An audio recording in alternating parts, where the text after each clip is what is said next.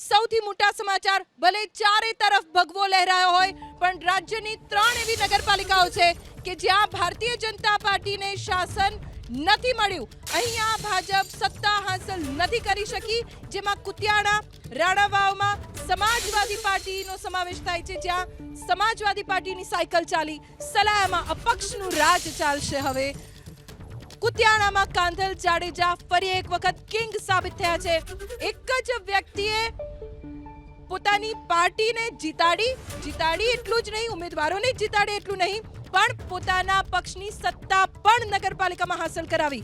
કુતિયાણા, રાણાવાવ બંને જગ્યાએ સમાજવાદી પાર્ટીની સાયકલ દોડી. તો સલાયામાં અપક્ષનું રાજ ચાલશે.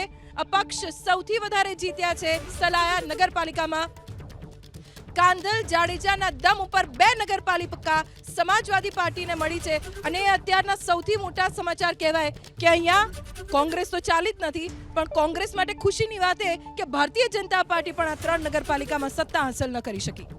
બેન, ભાજપને હરાવવા કરતાં લોકોને જીતાડવા માટે કોંગ્રેસ કામ કરતું હોય છે અને જે અહીંયા તો ઉમેદવાર જ નહોતા ઊભા રાખ્યા ને. એટલે હું જ કહું છું કે કોંગ્રેસ જીતે કે લોકો જીતે એના માટે અમે કામ કરતા હોઈએ છીએ. વાત એ છે કે અત્યારે જે પ્રકારના રિઝલ્ટ આપણી સામે આવ્યા છે એ સ્પષ્ટપણે અમારી અપેક્ષાથી વિરુદ્ધ છે. પણ જે પ્રકારે જૂનાગઢ મહાનગરપાલિકાની વાત કરીએ, એ 2018માં માત્ર એક જ ઉમેદવાર કોંગ્રેસનો જીત્યો હતો.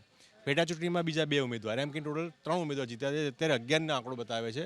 એટલે કોંગ્રેસનો કાર્યકર્તા એ ધરાતલ પર મજબૂતાઈથી લડ્યો છે અને કોંગ્રેસે જે નિર્ણય કર્યો હતો કે જ્યાં પણ લડવું હોય એ તમામ જગ્યાએ કોંગ્રેસના સિમ્બોલ પર જ લડવાનું છે અને એના જ કારણે અમને ક્યાંક ફાયદો થયો છે, ક્યાંક નુકસાન થયું છે, એ પ્રકારનું ચિત્ર દેખાય છે. હજુ આપણે જોઈએ છે કે કેવા પ્રકારે કઈ નગરપાલિકામાં સીટો આવશે, પણ અત્યારે સ્પષ્ટપણે કોંગ્રેસને ક્યાંક નુકસાન છે અને ક્યાંક સારા ચિત્રો અમને સામે આવી રહ્યા છે. બેન, વાતો તો માઇક્રો પ્લાનિંગની થતી હોય છે, સંગઠન અમારું મજબૂત, નો ડાઉટ પરિણામ પણ એવું મળ્યું છે, પણ આ 3 નગરપાલિકા કેમ ભાજપ ન હાંસલ કરી શક્યું? અહીંયા શું ખૂટ્યું?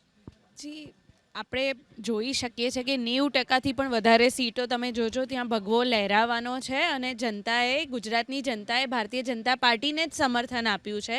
ક્યાંક તમે જે પણ બેઠક કે સીટની વાત કરો છો, ક્યાંક કોઈ અપેક્ષાવાળું પરિણામ ના આવ્યું હોય તો ચોક્કસથી ભારતીય જનતા પાર્ટીનો કાર્યકર્તા છે એ હંમેશા એમાં મહેનત ચાલુ રાખશે. લોકોના પ્રશ્ન કઈ રીતે ઉકેલાય એના ઉપર વધુ સારી રીતે કામ કરશે. તમે જુઓ કે ભારતીય જનતા પાર્ટીની આ વિચારધારા છે. સતત કેટલા વર્ષો દિલ્હીમાં સંઘર્ષ કર્યો અને અત્યારે આપણને પરિણામ જોવા મળી ગયું. તો આ પ્રકારે જનતાનું જે પણ સમર્થનને ફેસલો છે એને અમે પૂરેપૂરું સન્માન સાથે સ્વીકારીએ છીએ અને આ જ વિચારધારાના કારણે જનતા અમારી પર વિશ્વાસ મૂકે છે. ઓકે બેન, ભલે 37 નગરપાલિકાઓની વાત કરી રહ્યા હોય, પણ એ હકીકત છે કે 3 નગરપાલિકા કે જ્યાં સુપડા સાફ થઈ ગયા છે ભારતીય જનતા પાર્ટીના, અને ભાજપ એક એવો પક્ષ છે કે જે જીત નહીં, જે હારેલું છે હવે કેવી રીતે જીતી શકાય એની ઉપર ફોકસ કરતો પક્ષ છે.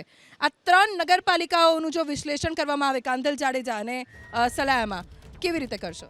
આપણે કાંધલ જાડેજાની વાતચીત કરવા જઈએ તો કાંધલ જાડેજા અને ડેલીબેન જે હતા એ આમ જોવા જઈએ તો કાંધલ જાડેજાને બેક સપોર્ટ તરીકે તો ભારતીય જનતા પાર્ટી જ આગળ આવેલી હતી. એમનું જ સમર્થન એમને ભારતીય જનતા પાર્ટી ક્યાંક ને ક્યાંક બેક સપોર્ટ કાંધલ જાડેજાને કરેલો છે. કારણ કે રાજ્યસભાની અંદર જ્યારે સમર્થન આપવાની વાત હતી ત્યારે સપાની અંદરથી એક જ વ્યક્તિ હતી જેણે સમર્થન આપેલું હતું અને પાર્ટી કંઈ નથી બોલેલું. એટલે મીન્સ કે કાંધલ જાડેજા જે લડી છે સપાની અંદરથી, એ પાર્ટી ગણો કે કાંધલ જાડેજા ગણો એક જ છે મતલબમાં. કેમ કે સમાજવાદી પાર્ટીના કોઈ પણ નેતા તરીકે અહીંયા આગળ કોઈ પ્રચાર પ્રસારમાં નથી આવે, એકલા દમ તરીકે એમણે લડેલું હતું. એટલે ક્યાંક ને ક્યાંક આ બેઠકની વાતચીત કરવા જઈએ તો કાંધલ જાડેજા જે જીત્યા છે એનો ડાયરેક્ટ બેનિફિટ તો ભારતીય જનતા પાર્ટી લેશે જ. કારણ કે રાજકારણની અંદર 2 વસ્તુ હોય છે, ક્યાંક સારા કામગીરી કરવાવાળા વ્યક્તિ પણ હોય છે, રાજકારણની અંદર વગ ધરાવતા વ્યક્તિને પણ લેવામાં આવતા હોય છે. કારણ કે એમને જે અત્યારે ગણવામાં આવે છે સ્ટેટ લેવલના નેતા તરીકે જ એમની ગણતરી કરીને અત્યારે જે રીતે અત્યારે ભલે ત્યાં આગળની ઇલેક્શન જીત્યા છે, પરંતુ ગ્રામીણ લોકો મતલબમાં ગ્રાઉન્ડ લેવલના લોકોનો જે વિશ્વાસ જીત્યો છે અત્યારે હાલ, અને એમની જે એમની જે